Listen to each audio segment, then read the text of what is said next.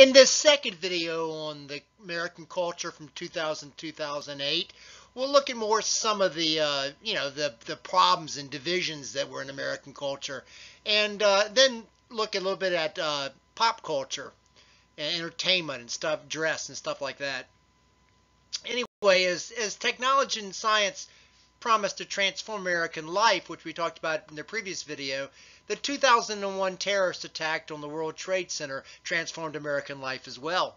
Americans had become increasingly diverse over the previous decades, and after the attack, you really saw a lot of anti-Islamic sentiment growing, and there were several ugly, bigoted incidents against people of the Muslim faith.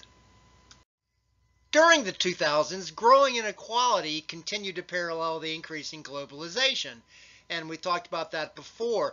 Together with the spread of multiculturalism and illegal immigration, which is growing, the foundation was laid for even greater partisanship in what later became the Tea Party movement.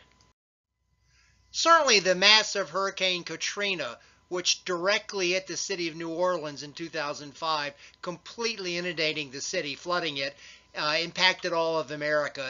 The hurricane shocked America. It was contributed to a mass migration, and it cost over $100 billion in damages.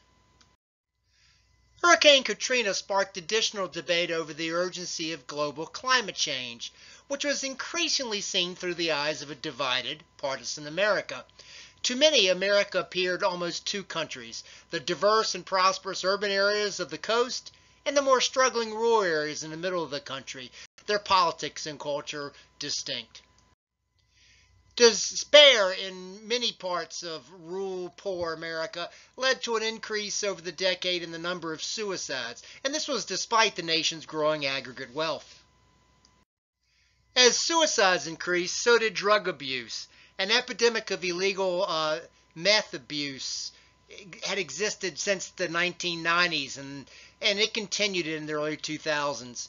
Just as it began to ebb, another epidemic of opioid abuse was then just beginning, often abuse of prescription painkillers. And both these epidemics tended to hit areas, rural, poor areas, a bit more heavily than urban, wealthy areas.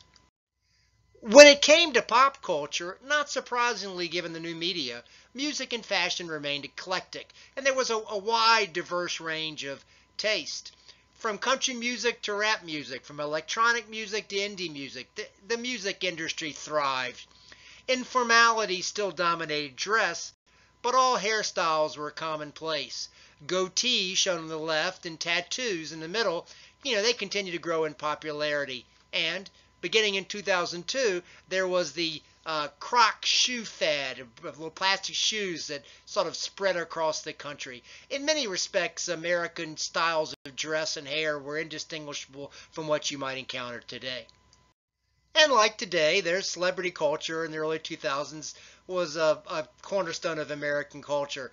There were a number of stars that were dominant and still around today. From the left here to the right, you can see Tom Cruise and Tom Hanks and George Clooney and Julia Roberts. In the early 2000s, there was also actors like Russell Crowe and Will Smith.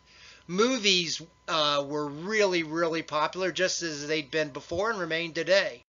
You can see some of the movies that were popular from 2000 to 2008. A lot of the animated movies like Shrek and Finding Nemo and The Incredibles and Monsters Inc.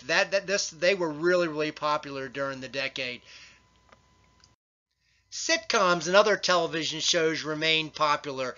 Shows like The Office and 30 Rock and West Wing, you can see here. But some of the most innovative shows in television, like Sopranos or The Wire, or beginning in 2008, Breaking Bad, came from subscription cable services like Home Box Office or HBO. Reality shows exploded in popularity in the early 2000s. Probably not surprisingly, because networks loved them. They were cheaper to produce. But some of the most popular ones was The Biggest Loser, which was a competition to lose weight at the Biggest Loser Ranch, and they had exercise and all that. And then you had Survivor, which went through several seasons of people voting others off an island they've challenged, and you know what I'm talking about there. But Dancing with the Stars and The Bachelor also began during the first decade of the 21st century. In sports, one of the biggest names was the golfer Tiger Woods. He dominated the PGA and won a number of majors. In 2000, he won 6 straight majors, and 9 of the 20 he entered that year. He was ranked the world's #1 golfer almost every year during that first decade. Anyway, this concludes the second video on the culture from 2000-2008, the one on sort of dress and styles and pop culture and the divisions that were growing politically and among American society.